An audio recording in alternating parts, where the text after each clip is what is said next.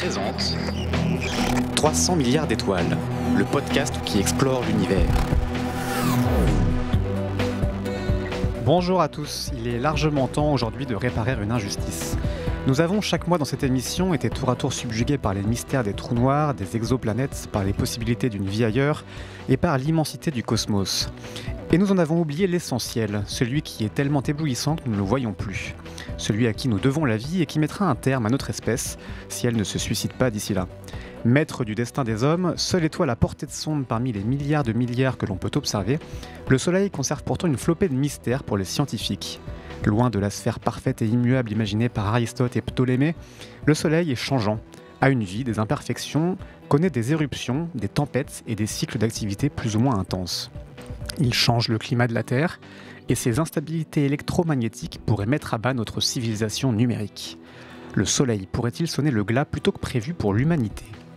Avant d'en arriver là, les chercheurs espèrent encore percer ses secrets et anticiper ses sautes d'humeur. C'est le but d'une sonde, Parker Solar Probe, qui se rapproche actuellement du Soleil, plus près qu'aucun objet humain ne l'a jamais fait. Et nous accueillons aujourd'hui l'un des chercheurs qui a travaillé sur cette sonde, Thierry Dudok-de-Witz. Bonjour. Bonjour. Alors vous êtes chercheur au CNRS et professeur à l'Université d'Orléans, au laboratoire de physique et de chimie de l'environnement et de l'espace. Et vous avez donc participé avec votre équipe à la mise au point d'un instrument installé à bord de la sonde Parker de la NASA. Et vous êtes un spécialiste des phénomènes solaires, notamment ceux qui interagissent avec la Terre et son climat. Merci d'être ici avec nous aujourd'hui pour nous aider à décortiquer les mystères du Soleil. Merci à vous. Alors, on peut peut-être commencer par présenter un peu le Soleil, qu'on connaît mal finalement, même si on le côtoie tous les jours, c'est le cas de le dire. Pour faire une petite carte d'identité du Soleil, d'abord, c'est une étoile qu'on appelle une naine jaune, c'est ça ? Voilà, en fait, c'est une étoile, je dirais, assez banale, pas très intéressante, malheureusement. Alors, sa carte visite, s'il fallait réduire à l'essentiel, on dirait G2V. D'accord. Ça ne veut sans doute pas dire grand-chose. En fait, on caractérise les étoiles de plusieurs manières. D'abord à partir de leur couleur, leur luminosité, leur âge aussi. Et donc le Soleil, c'est une étoile qui est, je dirais, jaunâtre. Donc c'est ça qui donne le code G qui correspond à la couleur jaune. D'accord. C'est lié à sa température, c'est ça la couleur ? Voilà. Ouais. Et la couleur reflète effectivement la température. Et qui dit température dit masse et ainsi de suite. Donc toutes ces choses-là sont liées. Et donc c'est une étoile qui actuellement a à peu près 4,6 milliards d'années. Elle en est au milieu de sa vie. Donc voilà, elle est assez mûre. Là, en pleine forme. Ouais. Voilà. Mais sinon, en fait, elle n'est pas si intéressante que ça par rapport aux autres étoiles. Il y en a qui sont beaucoup plus exotiques. Ouais, c'est une étoile assez standard finalement. Enfin, alors j'ai lu qu'il y avait environ 10% des étoiles de la Voie lactée qui étaient de ce type-là, du type de la nôtre. C'est ça grosso modo, c'est 4 milliards d'étoiles comme le Soleil, de la taille en tout cas du Soleil. Voilà, oui. Après, si on veut vraiment trouver des étoiles qui ressemblent énormément au Soleil, qui aient les mêmes caractéristiques, donc des étoiles jumelles, on appelle ça des analogues, eh bien, il n'y en a pas tant que ça. Aujourd'hui, on en connaît peut-être quelques dizaines. D'accord. Et ces étoiles-là sont intéressantes, on y reviendra peut-être tout à l'heure, parce qu'elles nous permettent d'anticiper un peu comment le Soleil va évoluer. Pour approfondir un petit peu cette présentation, le Soleil, alors pour ceux qui aiment bien les chiffres, a un diamètre de 1 392 312 km. Dit autrement, ça fait 110 fois celui de la Terre, c'est ça ? Voilà, c'est plus facile d'avoir des rapports, des proportions. J'avais vu dans une de vos conférences une image qui parlait bien. Vous disiez que si on prenait le Soleil comme une clémentine, la taille d'une clémentine, la Terre, elle serait de la taille d'un grain de lentilles, d'une lentille, c'est ça ? Tout à fait, voilà. Ouais. Et surtout qu'elle serait espacée d'environ 5 mètres, ce qui donne à la fois une idée de la différence de taille et surtout du vide qui Exactement, qui est il y a beaucoup plus quoi. de vide qu'on l'imagine. Ouais. Alors, donc 110 fois plus grand que la Terre, ce qui donne en volume 1 million de fois plus volumineux que la Terre pour le Soleil.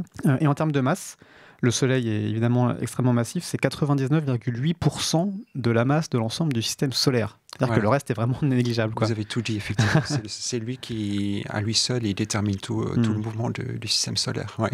Sachant que le reste, en plus, c'est à 90% Jupiter et Saturne. Donc nous, on est vraiment négligeable. Quoi. Exactement. Et si on détaille un petit peu ce qui constitue le Soleil, sa nature, c'est grosso modo beaucoup de... Alors en gros, c'est 3/4 d'hydrogène, comme la plupart des étoiles qui sont majoritairement constituées d'hydrogène. Le reste, c'est à peu près 1/4 d'hélium et peut-être 1 ou 2% d'autres éléments, du carbone, de l'oxygène, du fer, etc. Voilà. Et donc cet hydrogène est important parce que c'est lui, dans les réactions de fusion, vont produire l'énergie, qui est la source d'énergie thermonucléaire qui réside au cœur du Soleil. L'hélium, pour l'instant, ne joue pas un grand rôle, mais dans quelques milliards d'années, donné, quand le Soleil arrivera au terme de sa vie, quand une bonne partie de l'hydrogène aura été épuisée, c'est là que l'hélium va à tour de rôle servir de combustible, et là le Soleil va entrer dans une phase nouvelle. Et quant aux quelques éléments qui restent, l'oxygène, le carbone et tout ça, eh bien, ils sont particulièrement importants parce qu'ils vont nous permettre de diagnostiquer d'abord le Soleil, de mieux comprendre ce qui se passe, et puis ils nous en disent aussi beaucoup sur l'origine, voilà, d'où vient-il ce Soleil, parce que c'est pas toutes les étoiles qui en ont, il y en a qui ont que de l'hydrogène et de l'hélium. Ça veut dire quoi justement qu'il y ait ces présences d'autres métaux? Ça indique d'où vient le Soleil et à partir de quoi il a été formé, si on doit détailler un petit peu comment est-ce que le Soleil est né il y a 4,5 milliards d'années? Voilà, parce que ces éléments lourds, plus ils sont lourds, plus ils sont difficiles à fabriquer parce qu'il faut un apport d'énergie. Et le Soleil, dans l'état où il est actuellement, ne peut pas produire des éléments tels que le fer, par exemple. Donc s'il y a du fer présent dans le Soleil, ça veut dire qu'il a une origine autre. Et donc on sait aujourd'hui que l'astre, quand il s'est créé au début, il est apparu dans un sorte de nuage interstellaire où il y avait beaucoup de poussière, de débris, et ces débris provenaient d'une étoile qui avait été là auparavant et qui avait explosé comme supernova. D'accord. Parce qu'actuellement, il n'y a que les supernovas, ces gigantesques explosions, qui peuvent produire des éléments aussi lourds. Actuellement, on ne sait pas exactement, on pense qu'il y en a même eu 2 d'étoiles, et donc avant le Soleil, il y avait d'autres étoiles qui ont vécu, qui sont mortes, et aujourd'hui, donc on recycle ces poussières en quelque sorte, pour redonner une nouvelle étoile. Oui, parce que pour revenir une seconde encore plus en arrière, à la base dans l'univers, après le Big Bang, il n'y a que des éléments très légers, hydrogène, hélium. Tout ce qui est autour de nous, la formule connue le résume très bien, nous sommes tous des poussières d'étoiles. Exactement. Et finalement, le Soleil est lui-même une poussière d'étoiles plus ancienne, si on devait résumer ça. Et donc, je trouve ça intéressant parce que ça montre que le recyclage est déjà effectif depuis très longtemps. Et il en va de même sur la Terre. Je veux dire, tous les éléments dont nous sommes constitués, le carbone des êtres vivants, est quasiment intégralement issu de supernovas qui nous ont précédés. Voilà, donc sans cela, on n'existerait pas du tout. Et le Soleil serait d'ailleurs tout différent, lui aussi. Vous évoquiez des hypothèses. En fait, on ne sait pas vraiment, on n'est pas sûr de la façon dont le Soleil est né. Il y a différentes théories qui coexistent. Non, le mécanisme lui-même est assez clair. C'est-à-dire qu'il y avait auparavant un nuage de poussière constitué essentiellement d'hydrogène et d'hélium, les éléments majoritaires. Et il a fallu une perturbation pour que ce nuage, à un moment donné, soit un peu plus dense localement. Parce que de lui-même, il n'était pas assez dense pour pouvoir enclencher un processus d'agglomération. Imaginons que c'est comme l'atmosphère terrestre. Un gaz tout seul ne fait rien de particulier. D'accord. Après, probablement, ce qui s'est passé, c'est qu'il y a eu une étoile qui a explosé à proximité, qui a créé une onde de pression, comme une onde de choc. Et cette onde de choc a déclenché un phénomène de boule de neige en quelque sorte, c'est-à-dire qu'une fois que le gaz était suffisamment rapproché, densifié, il allait attirer encore d'autres molécules, d'autres atomes, et ça enclenchait un phénomène de boule de neige, ce qui fait que très vite, il y a un noyau qui s'est constitué, qui est devenu de plus en plus lourd, et plus il devenait lourd, plus il attirait de poussière et de gaz, et c'est ainsi que finalement l'étoile s'est constituée. Et une fois que l'étoile était assez dense, eh bien, c'est là que les réactions thermonucléaires ont pu démarrer et que l'étoile a commencé à briller. Alors on va expliquer un petit peu comment fonctionne ce mécanisme dans le Soleil. Juste un mot avant d'en venir là, vous parliez de l'étoile qui a permis d'enclencher ce processus, qui est un petit peu la mère du Soleil finalement. J'avais lu qu'elle avait un nom, enfin on supposait que ce soit une étoile qu'on a baptisée Coatlicue, je ne suis pas sûr de la prononciation, qui est un mot en langue primitive aztèque, je crois, ou amérindienne, qui veut dire mère du Soleil. Voilà, c'était une étoile qui aurait été beaucoup plus massive que le Soleil pour qu'elle puisse se décomposer en supernova. Voilà, exactement. Alors, il y en a eu en tout cas une, peut-être même une deuxième. Et ce qu'on retrouve aujourd'hui, d'abord, les débris, on les trouve dans le Soleil, mais on les trouve aussi dans les météorites. Et c'est pour ça qu'aujourd'hui, les gens s'intéressent énormément aux météorites, parce que ce sont en quelque sorte les briques, ce sont les éléments primordiaux de notre univers.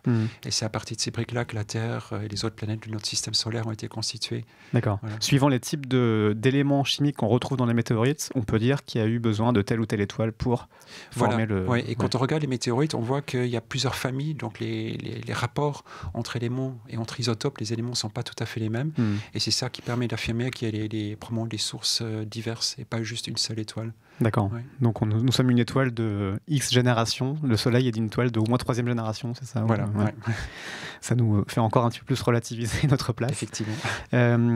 Du coup, vous le disiez, le Soleil est né de cette agrégation de matière et puis s'enclenche un processus à partir duquel la gravité attire encore plus de matière et où tout ça se compresse. Et donc, au bout d'un moment, cette compression est compensée par un phénomène qui s'enclenche, qui est celui de la fusion nucléaire, Oui. avec l'hydrogène au début, c'est ça? Voilà. Alors, les lois de la physique font que deux éléments de matière, deux atomes, par exemple, s'attirent.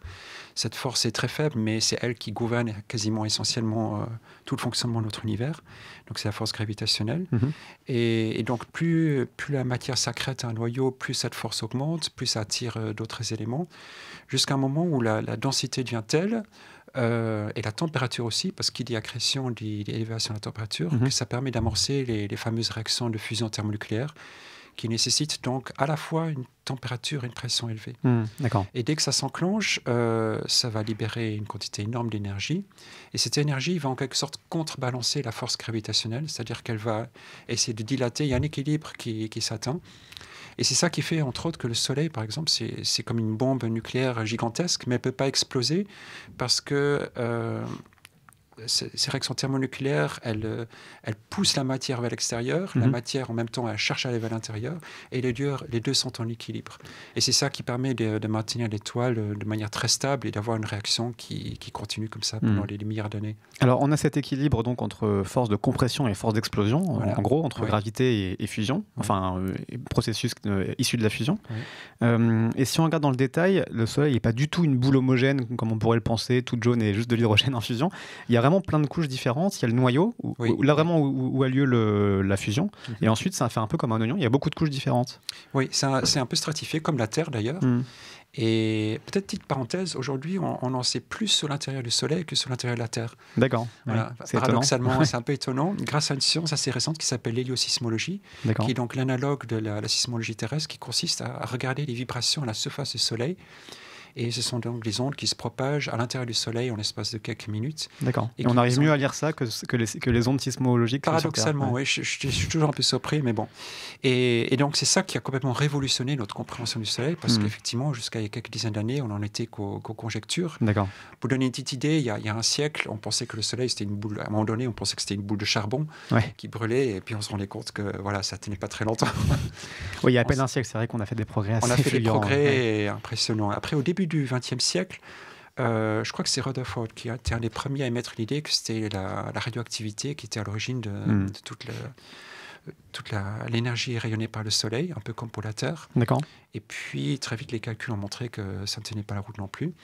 Et ce n'est que entre les années 30 et 50 qu'avec des physiciens comme Bethe et d'autres, ils ont vraiment compris que c'était finalement les réactions de fusion thermonucléaire. Alors, pour revenir à votre question, donc, il y a plusieurs couches. En gros, il y en a 4 ou 3. À l'intérieur, il y a le noyau qui occupe à peu près un quart du rayon. Et c'est là que la matière est la plus dense, la plus chaude, environ 15 millions de degrés.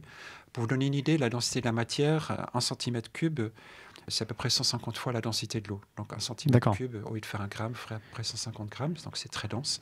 Ouais, ça fait une cuillère à café, fait le poids d'un éléphant, quoi. Voilà. En gros. Pas tout à fait, mais on s'approche. Et donc là, les conditions sont réunies pour avoir ces fameuses réactions qui vont libérer toute l'énergie.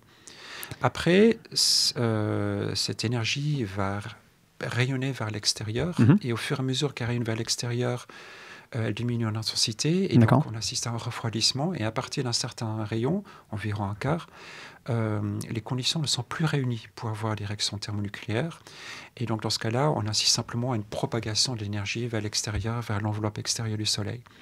Alors j'ai lu que ça, pour nommer ces couches, donc il y a le noyau au centre, ensuite il y a la zone radiative, c'est ça? Voilà, on arrive après dans la zone radiative, qui va à peu près du quart jusqu'aux 3/4 du rayon, donc la moitié en total. Et dans cette partie-là, la matière est comme rigide, comme pour la Terre, et donc la chaleur, les photons de lumière, toute l'énergie est rayonnée et se propage de manière très lente. On ne sait pas exactement, mais on pense qu'elle met plusieurs dizaines de milliers d'années à se propager jusqu'à l'extérieur, ce qui est très... D'accord. Voilà. Oui, ce qui est très long, étant donné l'énergie qui est contenu dedans. Voilà. J'ai lu aussi qu'elle tournait pas à la même vitesse. Le noyau tourne, lui, assez vite. Il tourne 4 fois plus vite que la couche d'au-dessus. Alors, le noyau tourne plus vite, oui. Et après, cette zone radiative, elle, est entièrement rigide, donc elle tourne comme un objet rigide. Mhm. Par contre, vers les 3/4 du rayon, on assiste à une frontière très particulière qu'on appelle la tachocline. Et là, on passe d'un monde tout à fait différent. On entre dans ce qu'on appelle la zone convective. D'accord. Et concrètement, ce qui se passe, c'est que la densité et la température sont telles que cette fois-ci, il y a des atomes qui peuvent se former et surtout la matière peut se mettre en mouvement. Et donc, on assiste à des mouvements d'ébullition. C'est un peu comme si on met du chocolat chaud dans une casserole. On va voir que par endroits, le chocolat chaud s'élève et puis redescend vers les bords et ça crée des sortes de cellules qu'on appelle cellules de convection et qui montent cette fois-ci jusqu'à la surface du Soleil. D'accord. Et pour une idée, ces cellules de convection, quand vous faites alors j'aime bien le chocolat chaud parce que c'est bon à boire. C'est toujours une bonne image. Ouais. Dans une casserole, ces cellules de convection font quelques centimètres de diamètre. Au niveau de la surface du Soleil, elles atteignent à peu près 1 millier de kilomètres, c'est-à-dire la taille de la France. D'accord. Une frange de chocolat qui Voilà. est en pleine convection.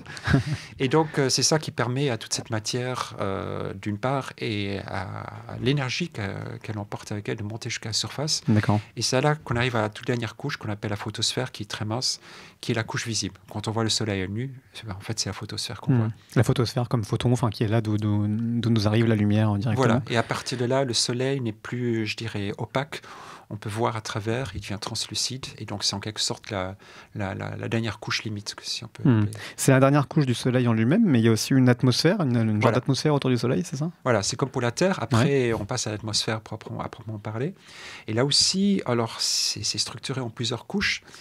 Et d'ailleurs, pour les raisons historiques, la communauté scientifique était souvent stratifiée, c'est-à-dire qu'il y a des gens qui étudiaient uniquement telle couche. Comme sur Terre. Ouais. Voilà. Et aujourd'hui, heureusement, on en est beaucoup plus à étudier les interactions, ce qui est quand même plus intéressant.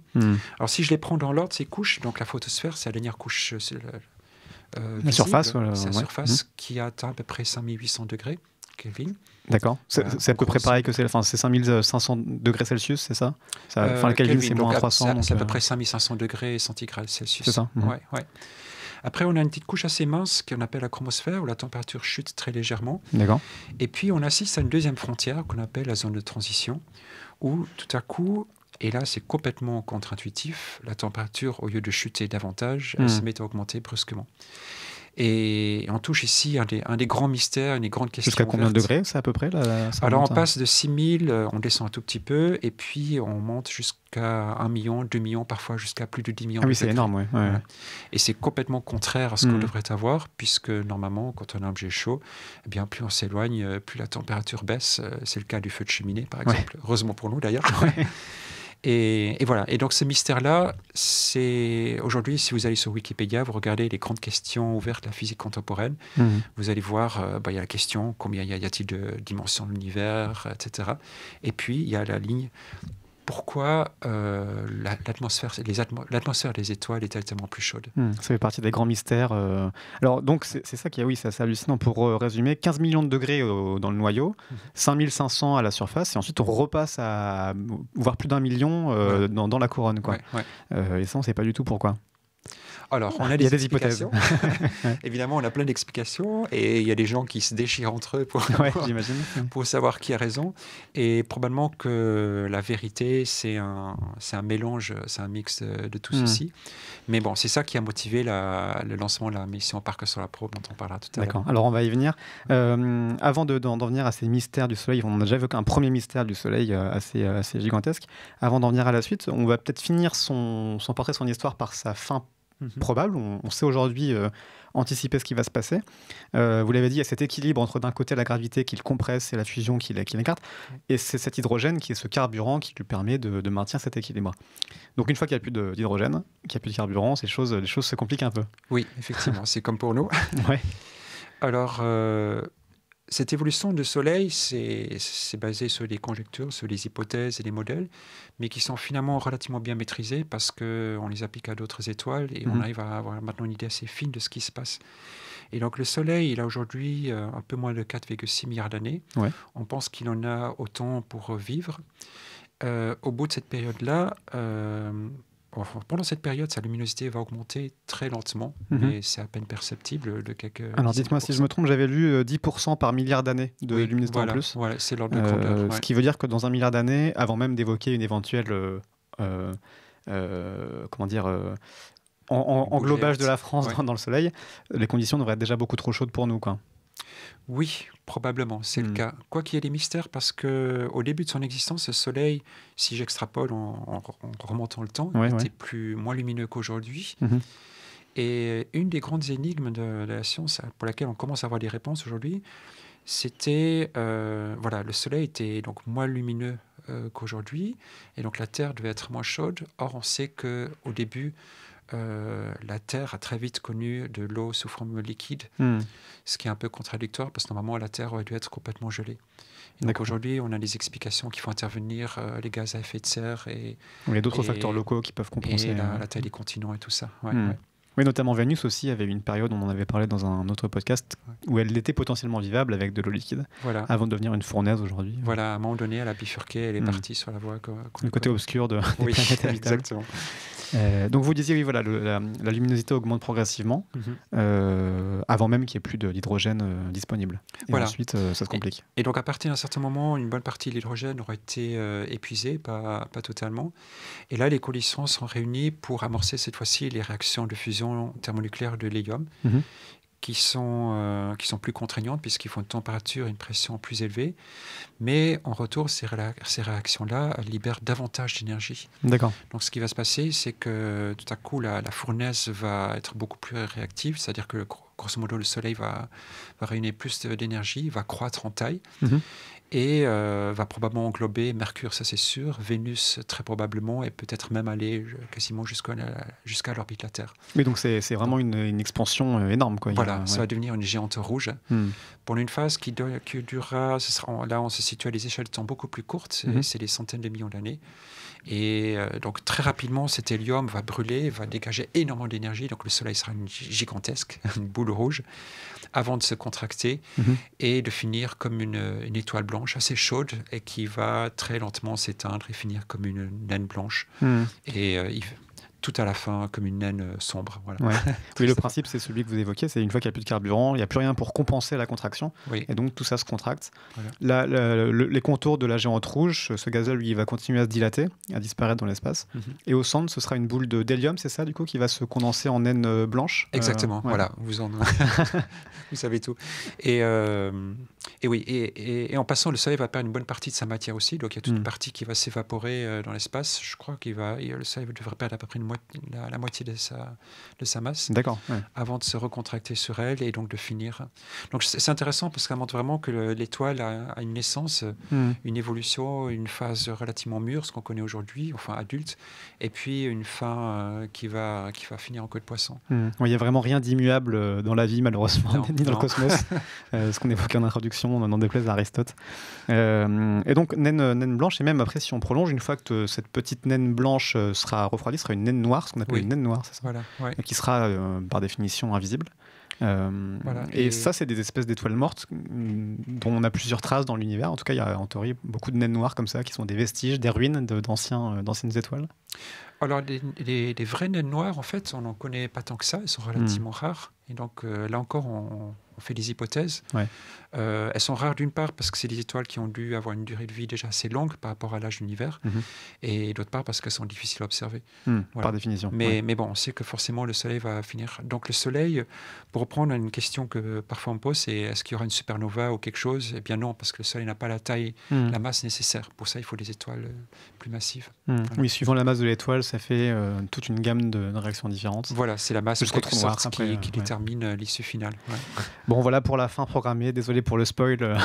A priori, si on tient jusque-là, ce qui est quand même assez faramineux, dans quelques milliards d'années, nous, en tout cas, on s'est cuit pour nous, quoi. Voilà pour l'histoire générale. Si on rentre dans le détail maintenant de la personnalité de ce Soleil que vous étudiez en détail, c'est assez agité.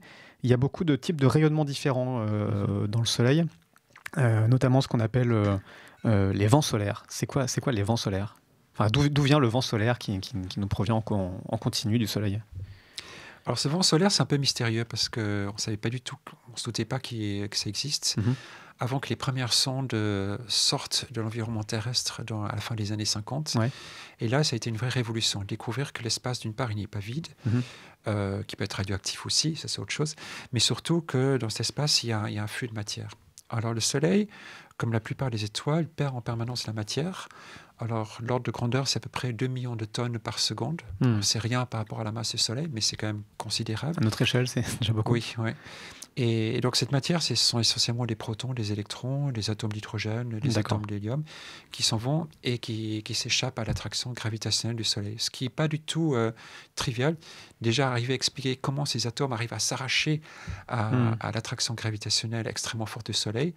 Il fallait une certaine dose de courage pour émettre des modèles. Un des pères de cette théorie-là, c'est Eugene Parker, un scientifique qui a aujourd'hui, il doit avoir 91 ans, et qui a donné d'ailleurs son nom à la sonde Parker. En hommage à Parker, à la sonde qui est partie. Ouais. Et donc ce vent solaire, il s'échappe radialement et il rayonne dans toutes les directions, et il met à peu près 2-3 jours pour atteindre la Terre, qui va balayer. Alors, que je batte en brèche tout de suite une image, c'est pas du tout comparable à un vent, c'est-à-dire si on était une voile dans l'espace, on ne ressentirait rien du tout. C'est beaucoup trop peu dense en fait. C'est très ténu. Pour donner une idée, sur Terre, dans 1 centimètre cube, vous avez quoi? Quelque chose comme 10 puissance 20-21 atomes. Je ne sais même pas si on peut le dire avec des mots normaux, mais c'est...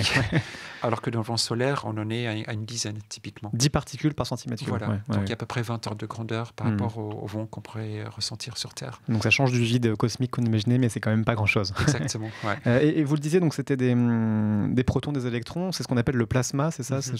C'est plus des atomes en fait, c'est des atomes totalement décortiqués. Voilà, c'est du plasma, donc c'est des atomes qui sont ionisés pour la plupart, pas toujours. Il y a aussi des atomes et il y a même des molécules. D'ailleurs, on trouve même de l'eau dans la surface du Soleil, un tout petit peu d'eau et de dioxyde de carbone, etc. Mais en quantité infime. Donc il y a ce vent solaire qui nous arrive, on expliquera les conséquences après. Il y a d'autres types de choses qui sont émises par le Soleil en continu. D'abord, évidemment, le plus évident pour nous, c'est la lumière qu'on en reçoit, tout ce qui est rayonnement électromagnétique. Et là, donc, ça comprend toutes les longueurs d'onde, enfin, essentiellement la lumière visible, mais pas que. Voilà. Alors, on a l'habitude de dire que le Soleil, il émet 4 types, enfin, il a 4 vecteurs d'interaction avec la Terre, si je dire ainsi. Le plus important au niveau énergétique, c'est le rayonnement, c'est évident. Donc la lumière. Donc c'est la lumière, et cette lumière contient toutes les longueurs d'onde. Donc il y a des rayons X, des rayons gamma, des rayons ultraviolets qui ne sont pas visibles à l'œil nu. La lumière visible, c'est là où se trouve l'essentiel de l'énergie. Et puis c'est pour ça qu'on voit dans cette longueur d'onde, du coup. Et on pense que c'est effectivement, la longueur d'onde la plus présente en termes énergétiques, c'est le vert. Normalement, le Soleil devrait être vert, d'ailleurs. Désolé pour ceux qui le voient jaune. Et on pense que c'est pour ça, d'ailleurs, que... Juste pour être d'accord, quand on regarde tout ce qu'il émet, c'est normal qu'il soit blanc, enfin qu'on reçoive de la lumière blanche. Oui, parce que c'est un mélange de tout ça. C'est ça. Mais effectivement, la couleur la couleur dominante, c'est le vert. Et on pense que c'est pour ça, d'ailleurs, que la plupart des êtres vivants ont les cellules de l'œil sont plus sensibles au vert qu'au rouge foncé ou qu'au bleu foncé.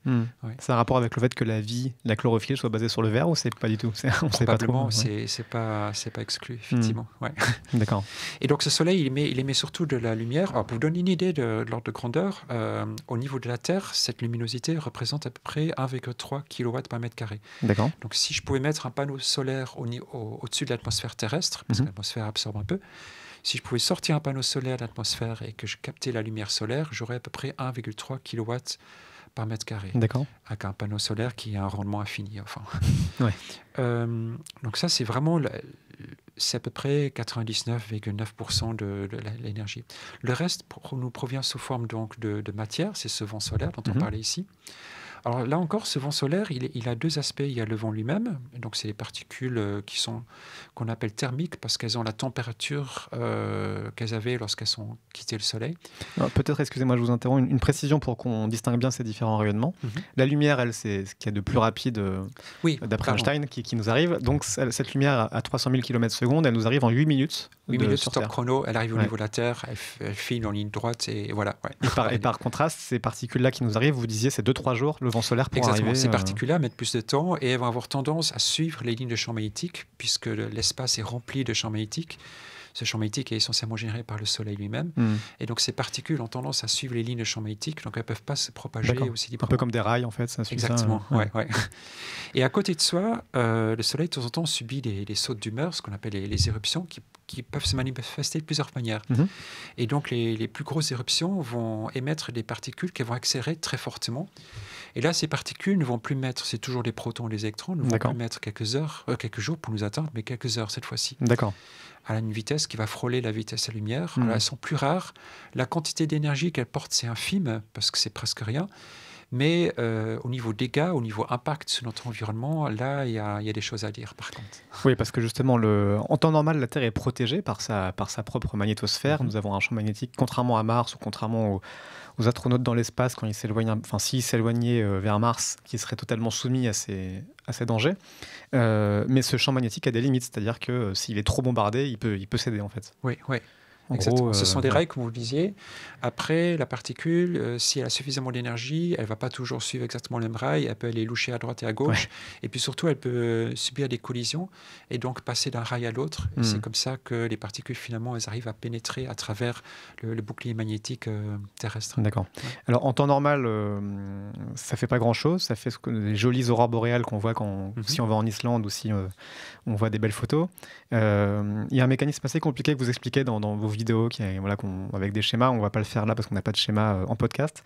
Mais en gros, après différents processus, ça passe par les pôles là où le champ magnétique a son point faible finalement. Oui. Et on voit ces aurores boréales qui sont ces particules ionisées, c'est ça qui rayonnent dans l'atmosphère. Oui. Et donc, la première chose, c'est chaque fois qu'il y a une aurore qui se produit, c'est qu'il y a eu une perturbation du vent solaire qui a déformé le champ magnétique terrestre. Ça, c'est très important. D'accord. Et après, ces perturbations, elles vont effectivement... le champ magnétique terrestre, il faut voir ça comme une grosse bulle. Vous savez, parfois, sur les foires, on voit des gens qui produisent des bulles de savon absolument gigantesques, magnifiques, qui ont plus d'1 mètre de diamètre, et ces bulles se déforment sous l'effet du vent. Et bien, il faut voir que la coquille magnétique qui entoure la Terre, c'est un peu pareil. Quand le vent solaire arrive, ça déforme complètement cette coquille magnétique. Elle ne va pas éclater, rassurez-moi, cette coquille. Pour l'instant.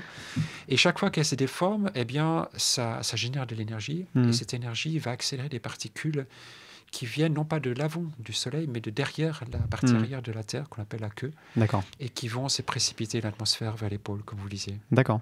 Alors donc, il y a deux types d'événements plus extrêmes qui sont plus fortes que ce vent solaire quotidien, ce que vous appelez les éruptions solaires, et aussi les éjections de masse coronale, qui a un nom qui est un peu moins sexy. Oui, ça fait un peu peur. Ça fait un peu peur dit comme ça, on va essayer de rendre ça plus intelligible. Et pour expliquer d'où ça vient, peut-être qu'on peut reprendre finalement ce qu'ont observé historiquement les chercheurs, les scientifiques. En fait, on a observé les taches solaires d'abord, qui nous ont montré que le Soleil avait un comportement un petit peu dynamique et pas tellement toujours très constant. Oui. C'est quoi ces taches solaires D'abord, on les observe depuis longtemps, en fait. C'est relativement simple à observer. Oui, les chroniques les plus anciennes remontent probablement à quelques siècles après Jésus-Christ, des chroniques chinoises. D'accord. Après, il y a eu vraiment une révolution dans les années 1600, entre 1600 et 1640, avec l'invention des loupes, et donc des lunettes. Et donc avec Galilée par exemple, etc. C'est là que vraiment on a commencé à observer les taches solaires. Et c'est intéressant parce que ces taches ont été observées quasiment sans interruption depuis 1610 jusqu'à aujourd'hui. D'accord. Et donc c'est la plus longue série temporelle, naturelle dont on dispose. Et les gens qui font du traitement du signal, par exemple, le nombre de taches solaires, cette série temporelle, ça constitue... Généralement, c'est par là qu'on commence. Si on va faire un exercice d'analyse des traitements de données, on commence par les séries des taches solaires. D'accord. Donc, elle va jouer un rôle important. C'est relativement simple à voir. Et si on a les bons filtres, c'est juste qu'il y a effectivement des taches qui ont l'air noires à la surface du Soleil coloré. Ça veut dire quoi ? Ça veut dire que là, c'est moins chaud, en fait, c'est ça ? Tout simplement. En fait, le Soleil est très lumineux, mais en relatif, il est un tout petit peu moins. Et s'il est moins, c'est parce que localement, le champ magnétique... On n'en a pas trop parlé, mais le Soleil, c'est un gigantesque générateur de champ magnétique. Il le génère lui-même par un effet qu'on appelle le dynamo. Et donc, ce champ magnétique, il peut être localement un peu plus dense, plus concentré. Et lorsqu'il est plus dense, ça va avoir pour effet de bloquer, en quelque sorte, cette convection, cette chaleur qui provient du cœur du Soleil.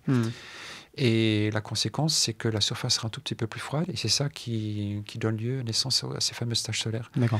Un peu plus froide, c'est relatif, hein, vous le disiez, on passe de 5000 à 4000 quoi, en gros, degrés. Oui, même pas. Il suffit d'une baisse de quelques centaines de degrés, et il suffit déjà pour C'est encore très chaud pour nous. Ouais. Et ces taches solaires ont fait couler beaucoup d'encre. Parce que, enfin, d'abord pour les questions philosophiques, parce qu'à l'époque, quand elles ont été observées, le Soleil était considéré comme un astre parfait, comme un dieu par certains, aujourd'hui encore, par les hindouistes, les Égyptiens avec Ra, etc. Et donc, dire que le Soleil était maculé, le terme latin macula de taches solaires, c'était assez choquant. Et d'ailleurs, profanation du voilà. dieu. Et d'ailleurs, les premiers astronomes qui étaient en Chine et qui étaient équipés de lunettes, quand ils ont annoncé que le Soleil était couvert de taches à certaines périodes de l'année, ils ont été promptement décapités. Ah oui, c'est radical. Ouais. Voilà, donc ça n'incitait pas forcément à faire des observations. C'est un métier dangereux, astronome, par moment. Alors depuis, ce qui est intéressant, c'est que ce nombre de tâches, donc il fluctue et il passe par un maximum à peu près tous les 10, 11, 12 ans. Et c'est ça qu'on appelle le fameux cycle solaire de 11 ans. Et on s'est aperçu plus récemment que ce cycle correspond aussi à un cycle d'activité. C'est-à-dire que plus le Soleil a de tâches, plus il y a de perturbations du champ magnétique à sa surface. Et donc plus il est actif et plus il sera susceptible de générer des éruptions et des perturbations dans celles que vous avez mentionnées tout à l'heure. Tous les 11 ans, il y a de plus en plus de perturbations, puis de moins en moins. Là, on en est où dans ces cycles aujourd'hui ? Alors aujourd'hui, on est dans une période très très calme. Ça fait des semaines qu'on cherche désespérément les tâches. De temps en temps, il y en a une toute petite. Mais on est ce qu'on appelle une période de minimum solaire, minimum d'activité. Et on espère que le cycle prochain, il va redémarrer probablement dans l'année qui vient. Alors, ces tâches donc sont liées, étonnamment ou pas d'ailleurs, vous allez me le dire, à ces éruptions solaires, à ces éjections de masse coronale. Ça veut dire que ces éruptions, elles viennent des tâches ou que c'est corrélé, mais c'est pas forcément au même endroit que ça se passe ? Oui, il y a un lien direct, puisque ces éruptions, toute l'activité solaire est entièrement gouvernée par le champ magnétique. Et là où il y a des tâches, donc, comme je disais tout à l'heure, le champ magnétique est plus intense. Et non seulement il sera plus intense, mais il sera plus torsadé. Il faut voir ça comme des spaghettis, des filaments qui se viennent du Soleil et qui se torsadent, qui se mélangent, qui peuvent parfois se couper, se regrouper entre eux, etc. Et c'est tout ceci qui va permettre au Soleil de prendre l'énergie et de l'injecter dans le champ magnétique qui va à son tour l'injecter en accélérant des particules, etc. Donc le champ magnétique, on peut voir ça comme j'aime le voir comme un gros élastique qu'on prendrait et qu'on tend, on l'écarte de plus en plus et à un moment donné on le lâche. D'accord. Bon, ça fait mal, mais c'est une façon de transmettre de l'énergie et d'accélérer ainsi des particules qui vont donner ces perturbations dont vous parliez. Et en l'occurrence, c'est un élastique qui peut provoquer des milliards de tonnes d'éjection de plasma. Donc c'est un gros élastique. Et c'est ça qui se passe. On disait donc deux phénomènes. D'un côté, les éruptions qui sont ces flashs lumineux, et de l'autre, donc ces éjections qui sont là carrément vraiment du plasma éjecté en masse, jusqu'à plusieurs milliards de tonnes de plasma éjecté d'un coup, qui part très très vite, accessoirement, soit vers le vide intersidéral, soit vers la Terre. Voilà. Et donc dans les deux cas, c'est le même mécanisme, c'est-à-dire qu'on a des lignes de champ magnétique qui sont très très torsadées, et à un moment donné, elles atteignent un point de rupture, c'est-à-dire que pour elles, la manière la plus simple d'évoluer, c'est de se recombiner, libérer l'énergie. Alors, suivant comment ça se passe, ça peut donner après lieu à différents phénomènes. Et donc, quand c'est des très très grosses boucles qui se situent au-dessus du Soleil, qui piègent la matière, puisque la matière reste piégée dans ce champ magnétique, cette matière qui peut facilement atteindre plusieurs dizaines de millions de tonnes va tout à coup être libérée. Encore une fois, je prends l'analogie de l'élastique. Et donc, cette bulle de matière, on peut voir ça comme une bulle, va partir dans l'espace. Ce sont les fameuses éjection de masse coronale. Le petit nom, c'est CME. Voilà. CME. Mais c'est pas très sexy non plus. Non plus, il faudrait trouver un autre nom, peut-être plus... Et ça nous intéresse tout particulièrement parce que ils sont produits, bon an, mal an, ils sont produits en permanence tous les jours, mais quand le Soleil est actif, il y en a davantage, et quand il y en a des grosses, quand elles sont dirigées en direction de la Terre, c'est là qu'un ou deux jours plus tard, elles peuvent provoquer des grosses perturbations. Alors voilà, parce qu'en temps normal, ces particules de plasma, de vent solaire, ça fait des jolies aurores boréales. C'est plus compliqué quand c'est des grosses éruptions, ce qu'on appelle des tempêtes solaires, des phénomènes assez extrêmes. Le plus connu, c'est celui de 1859, assez ancien, qu'on appelle aussi événement de Carrington, du nom de l'astronome anglais qui avait observé ces taches solaires à ce moment-là. Et ça avait provoqué des choses assez incroyables, parce qu'à l'époque, le monde n'était pas encore trop sensible à l'électromagnétisme. On n'avait pas encore inventé trop d'engins électriques, mais il y avait eu des phénomènes. Alors d'abord des aurores boréales très très basses, on pouvait en voir en Méditerranée, ce qui est quand même pas tous les jours. Et puis à l'époque, on était encore au télégraphe. Les télégraphes se mettaient à faire des choses assez bizarres, voire à cramer complètement eux-mêmes, quoi. Oui, il y a plein de récits effectivement de télégraphes qui se mettaient à écrire tout seuls, ou bien encore des opérateurs qui débranchaient la pile de leur télégraphe et ils arrivaient mieux à communiquer sans batterie. D'accord. Ils se demandaient comment c'était possible. Et comme vous le disiez, effectivement, les aurores, on en a même vu jusqu'à l'équateur, jusqu'à Hawaï. Oui, c'est assez hallucinant. Et cet événement-là, il était extrême. Aujourd'hui, c'est le plus gros qu'on puisse imaginer, qu'on n'arrive pas vraiment à quantifier ce qui s'est passé. Mais il s'en produit d'autres qui sont à peine moins forts. Et aujourd'hui, si un tel événement se reproduisait à nouveau, on sait que nos technologies seraient beaucoup plus susceptibles d'avoir des dysfonctionnements. C'est un peu le moment cataclysmique de l'émission que j'annonçais en introduction, d'un petit peu. Je disais, est-ce que ça sonnera le glas de notre civilisation? Ça a été étudié très sérieusement par rapport à la NASA, parce qu'aujourd'hui, on dépend beaucoup plus qu'à l'époque des télégraphes de nos appareils. D'une part, cette tempête solaire. Alors j'ai lu, dites-moi si c'est le bon ordre de grandeur, qu'on supposait que ces méga-tempêtes, elles arrivaient 2 fois par millénaire en moyenne. Ce qui, grosso modo, nous laisse un peu de marge, mais on ne sait jamais trop, quoi. Ça peut arriver dans un siècle, dans 10 ans, dans 500 ans. Oui, c'est totalement impossible à prédire. Aujourd'hui, on sait dire que le soleil est calme et qu'il va rester calme pendant X semaines. Ça, on sait le faire. Mais quand un soleil est moyennement ou très actif, dire quand est-ce qu'une perturbation va survenir, ça, on ne sait pas le faire. Et donc, cette méga tempête, si elle advenait, on sait que nos satellites de communication seraient sensibles à ce genre d'événement, que tout ce qui est électromagnétique, on dépend de tout ça. Donc, tout ce qui est ligne de télécommunication, ordinateur, téléphone, voiture, enfin, absolument tout ce dont on dépend serait potentiellement sujet à des pannes ou en tout cas à des attaques de ce genre de choses. Une étude commandée par la NASA en 2009 que j'avais notée, un rapport publié dans National Academy of Science, parlait de plusieurs milliers de milliards de dégâts possibles la première année seulement de cette tempête solaire éventuelle, avec des conséquences sur la distribution d'eau, sur la nourriture périssable et les médicaments qui seraient perdus en 12 à 24 heures, dit le rapport. Le chauffage, l'air conditionné, le traitement des eaux serait perdu, les services téléphoniques, voilà. Donc des choses assez apocalyptiques dans le pire des cas. On ne sait pas du tout si on en arrivera là, mais en tout cas, cette tempête solaire, on en serait totalement victime. On n'a pas grand-chose à faire à part la regarder passer, quoi. Tout à fait. Le gros de la difficulté, c'est quand c'est... Alors, déjà, on ne sait pas prédire, mais ce sont les événements extrêmes. C'est ce qu'on appelle les événements comme les signes noirs, le Black Swan en anglais. Et ce qui se passe, c'est que si on regarde en arrière, les gros événements, ceux qui ont causé le plus de dégâts, c'est généralement un mélange de plusieurs mécanismes qui surgissent en même temps. C'est comme ça que surgissent d'ailleurs les plus gros cataclysmes. Fukushima, c'est pas juste le tremblement de terre, mais c'était aussi le raz-de-marée. C'est l'ensemble des deux qui a causé le cataclysme. Et donc pour ces grosses éruptions solaires, l'événement de 1859 dont vous avez parlé, qui a été observé par Carrington, dans les jours qui ont suivi, l'environnement terrestre a été fortement perturbé. Mais on sait que c'est probablement dû au fait qu'il y a eu plusieurs éjections de masse coronale, au minimum 2, qui se sont suivies et qui ont fini par fusionner. Et c'est ça qui a donné qui a produit les conditions nécessaires pour avoir ce qui était quand même particulièrement sévère à l'époque. Et ça, on ne sait pas trop quand est-ce que les mêmes conditions pourraient se reproduire, en tout cas la probabilité qu'elles se reproduisent. C'est assez... On ne sait pas trop. Alors, par contre, ce qu'on peut dire, c'est que le Soleil, aujourd'hui, il subit des cycles qui sont un peu moins dynamiques, un peu moins actifs que dans le passé.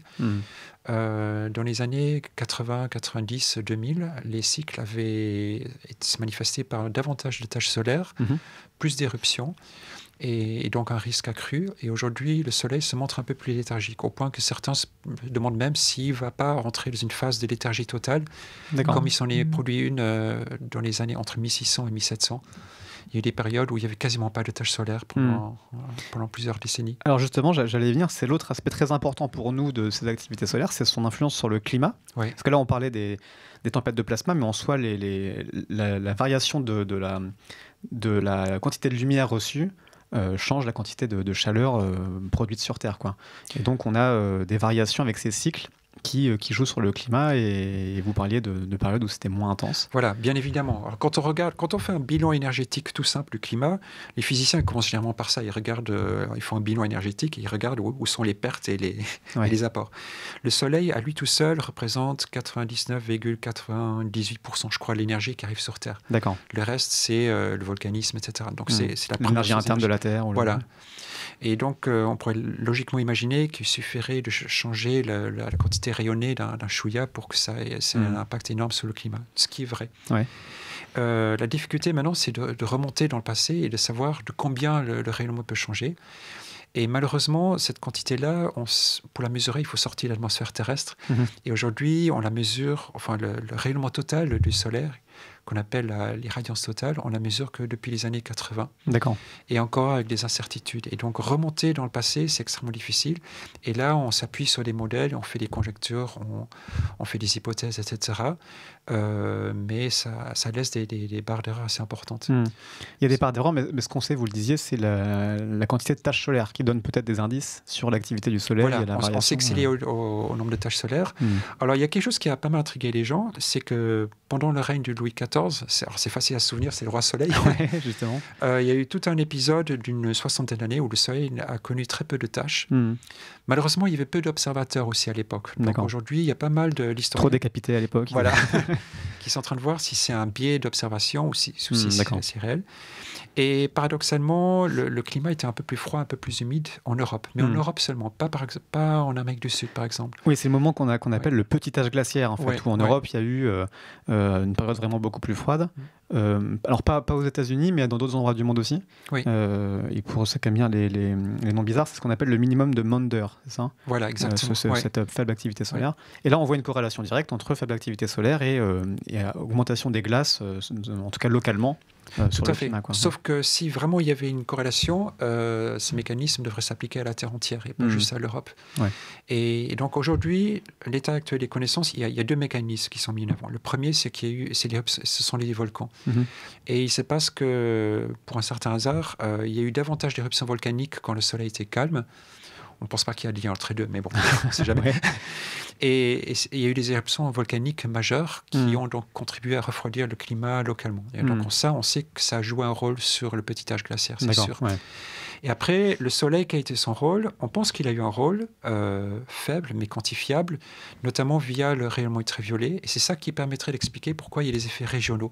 Et pourquoi, par exemple, cet effet, il est bien quantifié en Europe et beaucoup moins sur le continent nord-américain ou sud-américain. D'accord. Ouais. Oui, parce que là, vous le disiez, la lumière arrive dans toutes les longueurs d'onde sur Terre. Oui. Les longueurs d'onde classiques visibles, ça chauffe directement la Terre, l'océan. Et les ultraviolets, ça a un mécanisme plus différé en chauffant juste l'atmosphère ou juste certaines couches de l'atmosphère. Voilà, et c'est là que les choses se compliquent. Ouais. Et c'est ici qu'on s'appuie sur les modèles des climatologues qui sont extrêmement précieux. Concrètement, l'ultraviolet, comme vous l'avez dit, au lieu de chauffer le sol et les océans directement, eh bien, il est absorbé plus haut dans l'atmosphère, dans la stratosphère. Heureusement pour nous d'ailleurs, sinon on aurait des problèmes de cancer de la peau. Ce qui arrive quand on trouve la couche d'ozone, du coup. Voilà. Et donc là, il va donner naissance à cette couche d'ozone. Et donc l'ozone va être produit de manière préférentielle près de l'équateur, parce que c'est là qu'il y a le plus de rayonnement. Et alors là, il y a toute une suite de mécanismes qui s'enchaînent, qui fait que cet ozone-là va pouvoir influencer ce qu'on appelle le vortex polaire, c'est-à-dire le mouvement des masses d'air dans le pôle Nord, ce qui influence la trajectoire des masses d'air qui vont de l'océan Atlantique jusqu'en Europe, et de là, finalement, le climat nord-européen. D'accord. Et donc, il semblerait qu'il y ait un effet qui soit là, mais bon, ça reste encore... il faut être prudent. Alors, ce qu'on dit là est très important, parce que c'est un argument qui est souvent repris par les climato-sceptiques, qui nous disent le petit âge glaciaire, c'est bien connu des gens qui s'intéressent à ces débats, vous voyez bien que le réchauffement, c'est n'importe quoi, il y a déjà eu des périodes froides, des périodes chaudes, et le soleil, comme disait Claude Allègre, c'est largement ce qui influence le climat beaucoup plus que nos émissions de gaz à effet de serre. Donc voilà, c'est pour ça que c'est intéressant de s'intéresser à cet effet.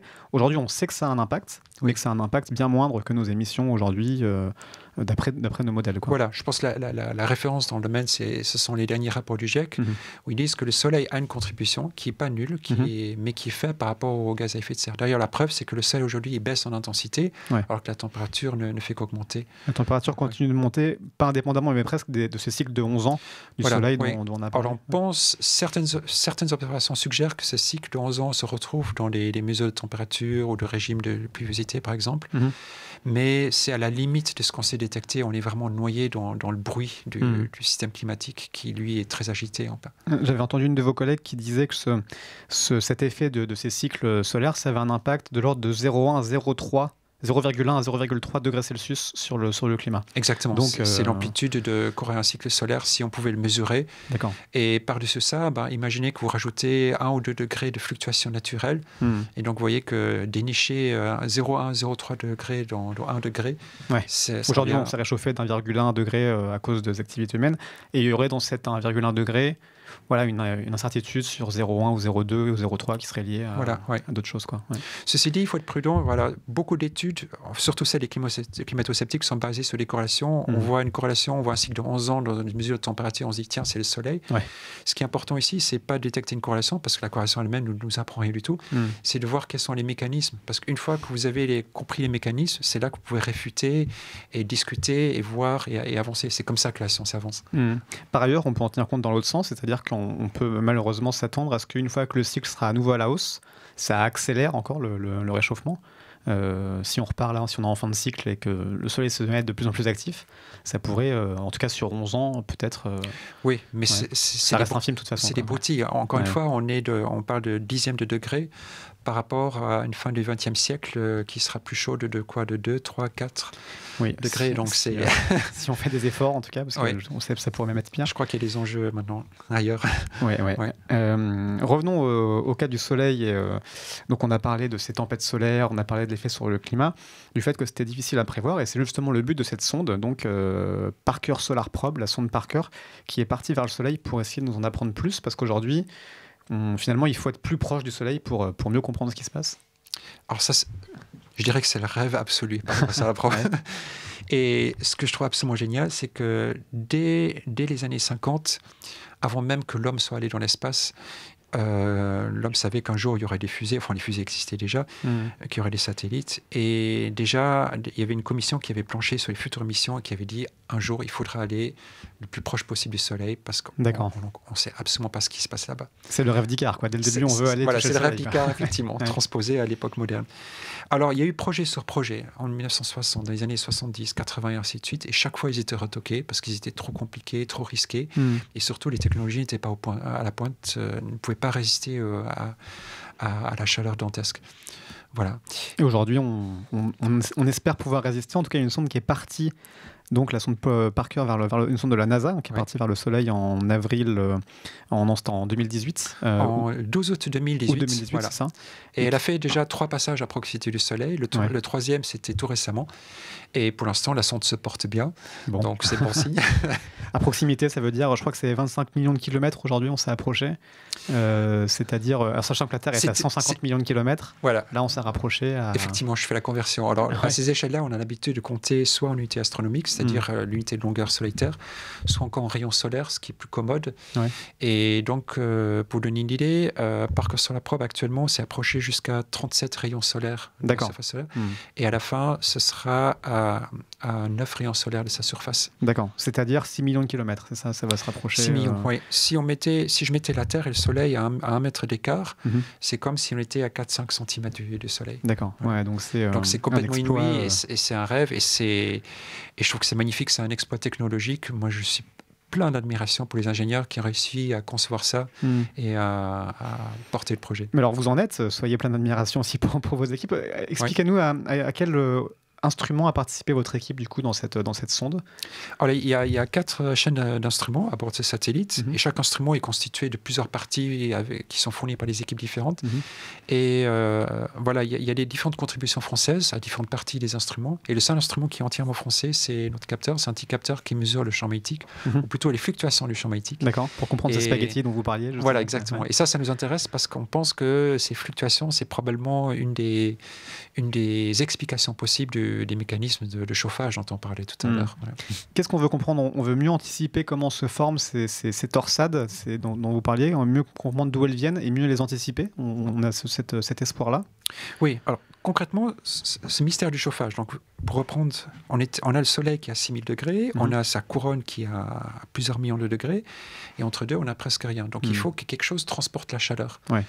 Et qu'est-ce que ça peut être? Soit ce sont des ondes, et c'est probablement le cas, entre autres, soit c'est le champ magnétique qui transporte la chaleur et le relibère sous forme d'énergie thermique. D'accord. Soit encore, ça peut être des micro-éruptions. Enfin, il y a plein d'explications. Plein de théories toujours possibles. Il faut quelque chose qui transporte l'énergie de la surface jusqu'à plus haute altitude.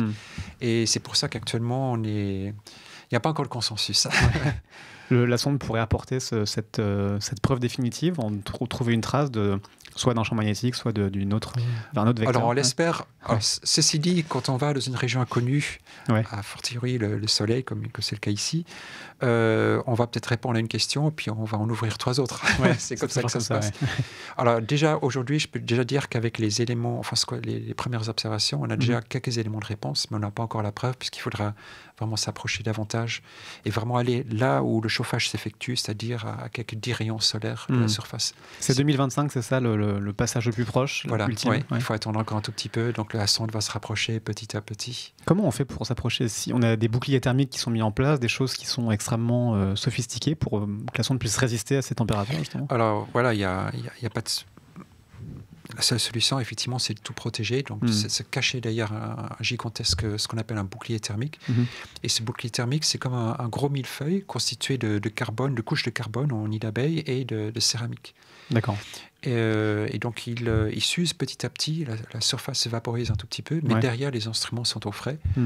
Et c'est là qu'on touche d'ailleurs à un des paradoxes, c'est que la surface avant du bouclier, sa température va augmenter jusqu'à 1500-1600 degrés.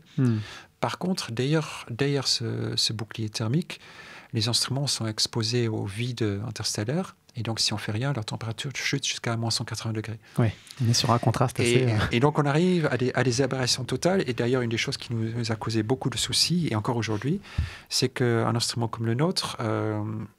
il a beau être à côté du Soleil, la plus grande source d'énergie qu'on puisse imaginer, eh bien, il faut le chauffer pour qu'il fonctionne correctement. C'est incroyable.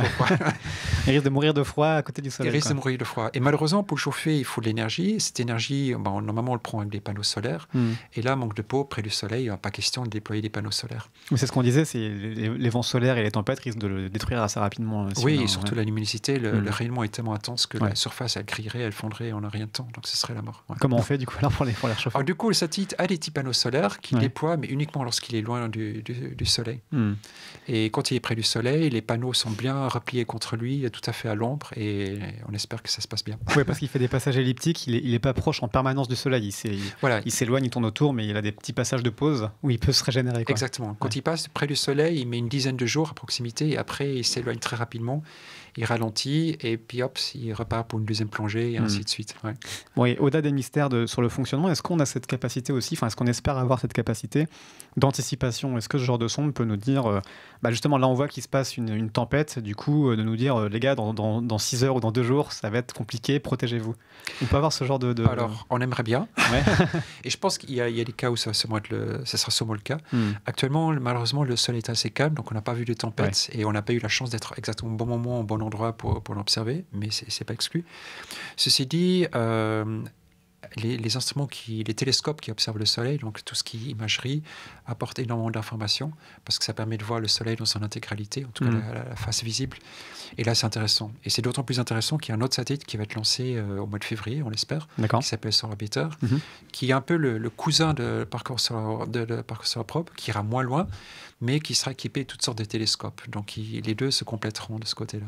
Bon, parfait. Peut-être que dans quelques années, du coup, d'ici 2025, un peu avant, un peu après, on aura de nouvelles explications et on pourra résoudre quelques-uns des mystères du Soleil et puis ouvrir plein de nouvelles questions, comme vous l'avez dit aussi.